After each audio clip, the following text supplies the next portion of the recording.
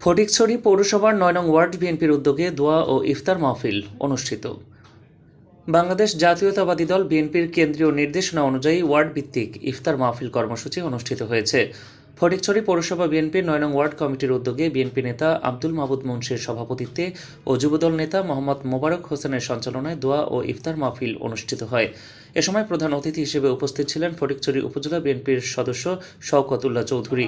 এদিন প্রধান বক্তা ছিলেন পৌর বিএনপির নেতা মাওলানা নুরুল আলম নুরু।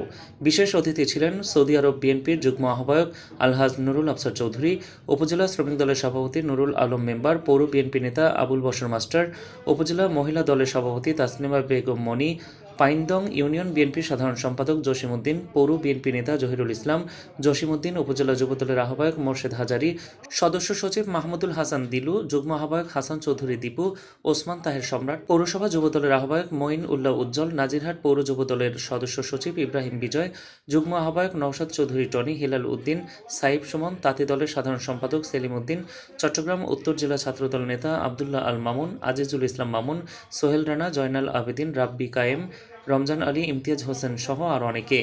এদিন প্রধান অতিথি তার বক্তব্যে বলেন, ফটিকছড়িতে বিএনপিকে সুসংগঠিত করার লক্ষ্যে কেন্দ্র ঘোষিত সকল কর্মসূচি বাস্তবায়নের জন্য তিনি তৃণমূলের নেতাকর্মীদের সাথে থেকে কার্যক্রম পরিচালনা করবেন বলে জানান।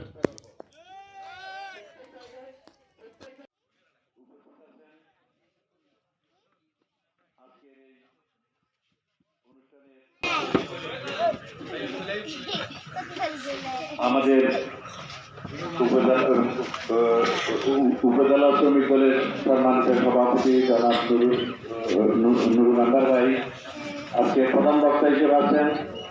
আমাদের মাওলানা নুরুল আলম আরও উপস্থিত আছেন। উপজেলা যুবদলের সম্মানিত আহ্বায়ক মঈনুল্লাহ উজ্জ্বল উপস্থিত আছেন।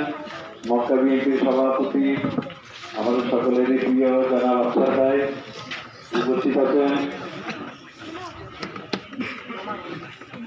উপজেলা মহিলা নেত্রী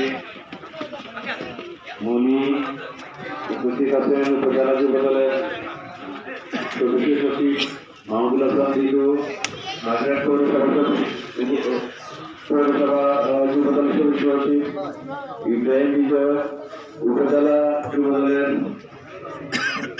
যুগ্ম আহ্বায়ক হাসান চৌধুরী দীপু উপস্থিত আছেন। আরো বিশিষ্ট গণ্যমান্য ব্যক্তিবর্গ আমাদের জহিরুল্লাহ ভাই, তারপর ইউনিয়নের জসিম সহ উপস্থিত উপস্থিত আছেন চট্টগ্রাম বিশ্ববিদ্যালয়ের আজিজ মামুন সহ আমাদের অনেক নেতৃবৃন্দ এখানে উপস্থিত আছেন। এই সংক্ষিপ্ত ও সর্বশেষ আসাতে আমি দেখি নাই, এখন দেখতেছি আমাদের উপজেলা যুবদলের সংগ্রামী সদস্য সংগ্রামী আহ্বায়ক জনাব মোর্শেদ হাজারি। আমি আশা করি সেই শেষ সময় এখানে আসবে। আমার মনে ইফতার করার জন্য আসছে, ইফতার কোনো প্রোগ্রামের জন্য আসে নাই, তাই না? আছে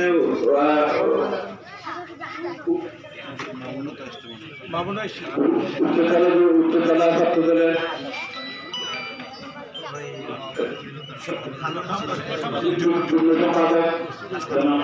মামুন সহ উপস্থিত সবাইকে আমার সালাম শুভেচ্ছা। আসসালামু আলাইকুম। প্রিয় ভাইয়েরা, আজকে এখন বক্তব্য সময় না আসলে কোনো বক্তব্যের বিষয় না, আমরা আসছি ইফতার মাহফিলের একটা দলীয় কিছু আলোচনা করবো। আজকে মূলত হলো আমাদের মায়ের রমজানের একটা মাস চলছে, আমরা শিয়াল শাহজানের মাস। আমরা আল্লাহ সন্তুষ্টি অর্জনের জন্য যা যা করে মুসলমান সারা বিশ্বের মুসলিম আমরা বাবুর মাধ্যমে রোজার মাধ্যমে আল্লাহ সন্তুষ্টি অর্জন করার জন্য আমরা আমাদের এই মাস ব্যাপী আমাদের কর্মসূচি আমরা পালন করে থাকি একমাত্র আল্লাহ সন্তুষ্টির জন্য। আমরা রোজা রাখি, আমরা নিজেদের আত্মশুদ্ধি করার চেষ্টা করি, আল্লাহ প্রতি করার চেষ্টা করি। আল্লাহ যেন আমাদের এই মাসে আমাদের সমস্যা কতটুকু পূরণ করেন এই প্রত্যাশা আমরা রাখি। এটা করে কারণ বছরের 12টি মাসের মধ্যে এই একটি মাস অত্যন্ত গুরুত্বপূর্ণ মাস। মানে রমজানের মাস মনে হয় এই দিনে আমরা আমাদের মনে হয় ঈদের মতো আমরা উৎসব পালন করে থাকি। রোজা রাখার মাধ্যমে, আল্লাহ ইবাদত করার মাধ্যমে, আল্লাহ সন্তুষ্টি অর্জন করার মাধ্যমে। যাই হোক, আজও আমাদের আজকে সপ্তম রোজা, আমরা সপ্তম রোজা অতিক্রম করছি। মুসলিম জাহানের জন্য এটা খুবই গুরুত্বপূর্ণ। তো আমরা আজকে এই 7 নম্বর ওয়ার্ডের মধ্যে আজকে রমজানের মাসে ইফতার পার্টি ক্লাস আলোচনা সভা, আমাদের একটা দলীয় কথা না বলেই নয়। এই আলোচনা সভাটা আমরা এই জন্যই করেছি যে প্রত্যেক বছরই আমরা উপজেলা ভিত্তিক বা ইউনিয়ন ভিত্তিক আমরা একটা প্রোগ্রাম করে থাকি। বিশেষ করে এই বিষয়ে প্রেসিডেন্ট হাসিনা আওয়ামী লীগ সরকারের অত্যাচার নির্যাতনের মাধ্যমে আমরা উপজেলা বা ওয়ার্ড পর্যায়ে কোন রকম প্রোগ্রাম আয়োজন করতে পারিনি। আমরা একটা প্রোগ্রাম করতাম, তাও কত গোপনের মাধ্যমে গোপনীয়তা রক্ষা করে তাদের মামলার হয়ে আমরা সংক্ষিপ্ত ভাবে করতাম।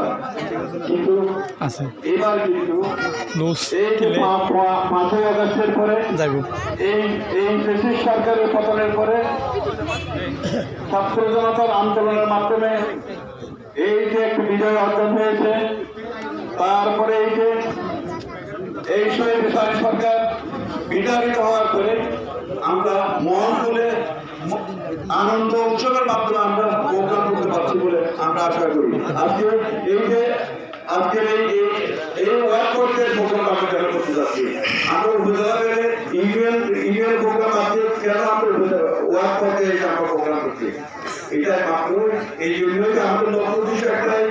আমাদের দলের ভারপ্রাপ্ত চেয়ারম্যান জনাব তারেক রহমান উনি নির্দেশনা দিয়েছেন, কোন উপজেলায় কোনো প্রোগ্রাম হবে না, কোন জেলা ওয়ার্ডে কোনো প্রোগ্রাম হবে না, কোন পৌরসভা ইউনিয়ন ওয়ার্ডে কোনো প্রোগ্রাম হবে না।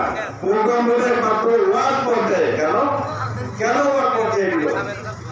কারণ আমরা যদি উপজেলা ওয়ার্ডে প্রোগ্রাম করি আমরা আপনাদেরকে পাবো না, সেটা চিন্তা আমরা করি নাই।